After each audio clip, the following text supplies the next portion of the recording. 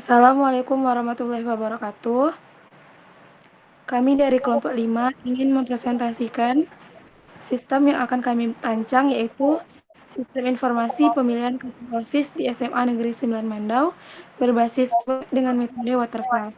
Kami terdiri atas 4 orang, yaitu Citra Anissa, Fahri Husaini, Muhardi, dan Sandi Saputra Hasibun. This call is now being recorded. Mengapa kami menggunakan metode waterfall?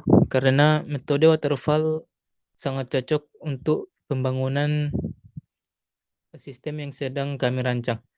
Metode waterfall atau lebih dikenal dengan metode air terjun merupakan salah satu siklus hidup klasik dalam pengembangan perangkat lunak. Metode ini menggambarkan pendekatan yang cukup sistematis dan berurutan pada pengembangan software. Tahapan-tahapan metode waterfall ialah yang pertama, requirement. Pada tahap ini, pengembang harus mengetahui seluruh informasi mengenai kebutuhan software seperti kegunaan software dan batasan software. Informasi tersebut bisa diperoleh dengan wawancara, survei, ataupun diskusi. Setelah informasi dianalisis untuk mendapatkan data yang lengkap mengenai kebutuhan pengguna akan software yang akan dikembangkan. Yang kedua yaitu desain. Pada tahap ini dilakukan sebelum proses coding dimulai. Tahap ini bertujuan untuk memberikan gambaran lengkap tentang apa yang harus dikerjakan dan bagaimana tampilan dari sebuah sistem yang diinginkan. Sehingga membantu kebutuhan hardware dan sistem. Juga mendefinisikan arsitektur sistem yang akan dibuat secara keseluruhan. Misalnya dalam membuat wireframe, mockup, dan user interface.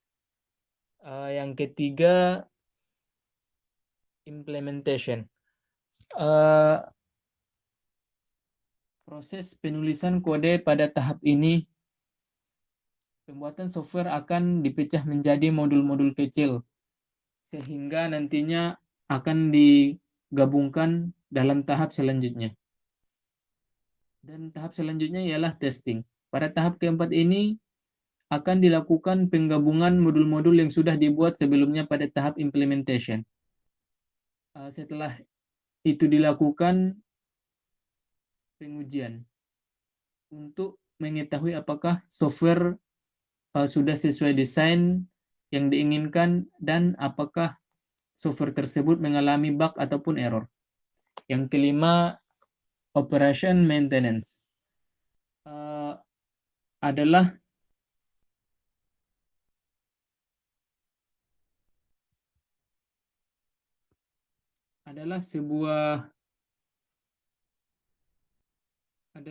tahapan terakhir dari metode pengembangan waterfall. Baiklah, yang pertama yaitu sistem manual atau sistem lama yang ada pada SMA N9 Mandau. Menggunakan sistem percobaan pencoblosan pada kertas yang bergambar calon ketua dan wakil yang dipilih. Berikut ini penulisan secara langsung ke dalam analisis penggunaan pemilihan suara calon ketua dan wakil kandidat. Yang pertama, panitia dalam pencoblosan pada bagian pengawas pemilihan suara yang bertugas mengawasi proses jalannya pemilihan suara.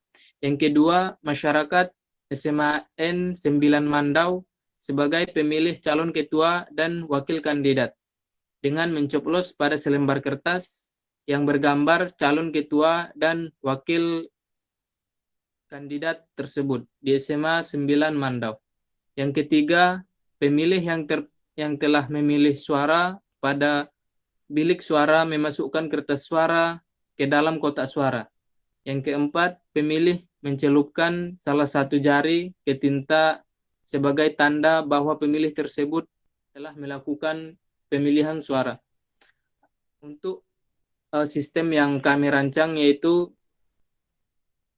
siswa atau user memasukkan NIS kemudian memilih calon atau ketua dan wakil kandidat tersebut. Dan untuk use case-nya yaitu siswa dapat melakukan login dan memilih kandidat, sedangkan admin dapat manajemen pemilih, manajemen kandidat, dan manajemen kelas.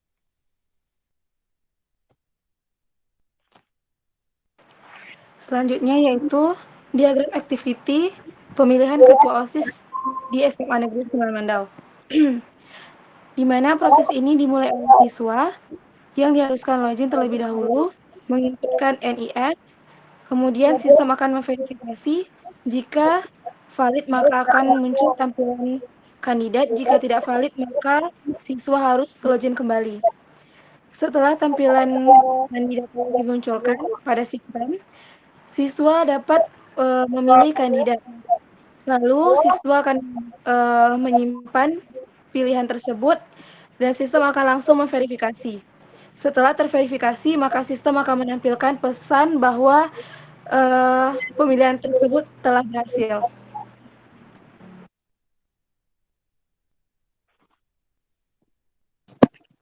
Selanjutnya yaitu sequence diagram login.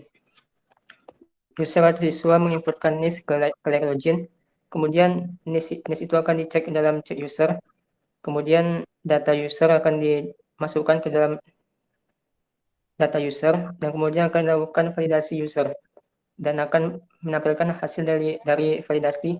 Jika validasinya valid, maka akan menampilkan menu pemilihan. Jika hasilnya tidak valid, maka akan muncul pesan Anda tidak berhak memberikan suara.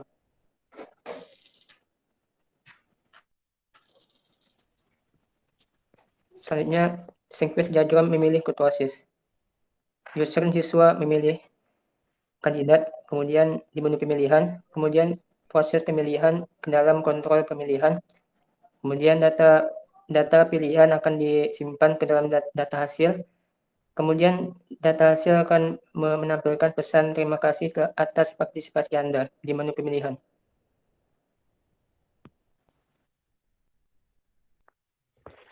Selanjutnya yaitu kelas diagram pada sistem yang kami rancang. Yang pertama pemilihan, ada beberapa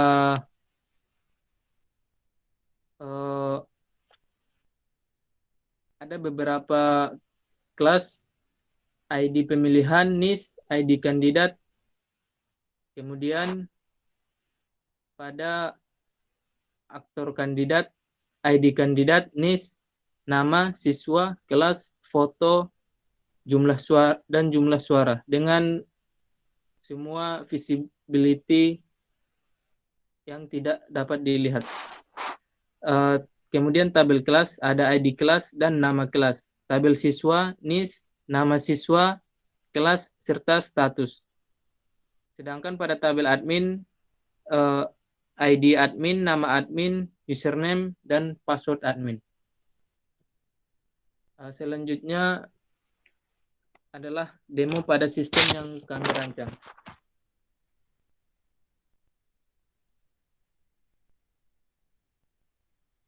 Nah, untuk tampilan awal adalah seperti ini. Ketika kita ingin memilih, maka yang pertama adalah memasukkan NIS. Kemudian login. Setelah login akan muncul daftar calon ketua OSIS dan periodenya. Tetapi jika calon ketua OSISnya kosong, maka akan muncul tampilan maaf,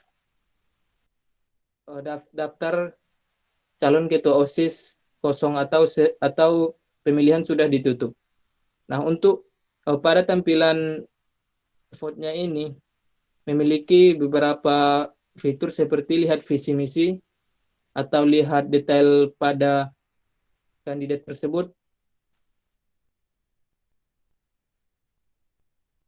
Nah, ketika dalam detail kandidat ini ada nama kandidat, visi misinya, dan total suara yang telah diperolehnya, serta periode pencalonan dari kandidat tersebut.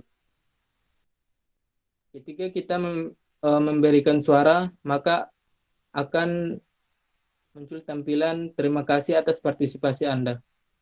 Dan kemudian kembali ke menu utama.